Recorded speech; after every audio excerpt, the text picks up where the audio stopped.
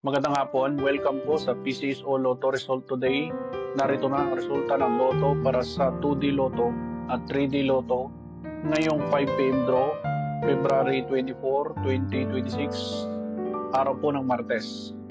Para sa resulta ng 2D Lotto, 25 and 22 in exact order.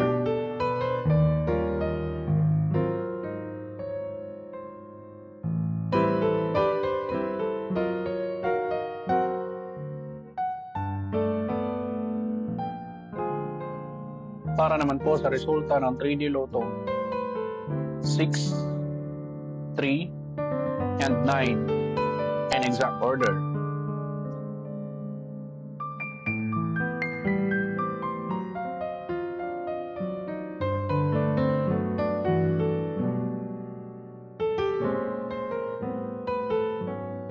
Maraming salamat po sa panonood.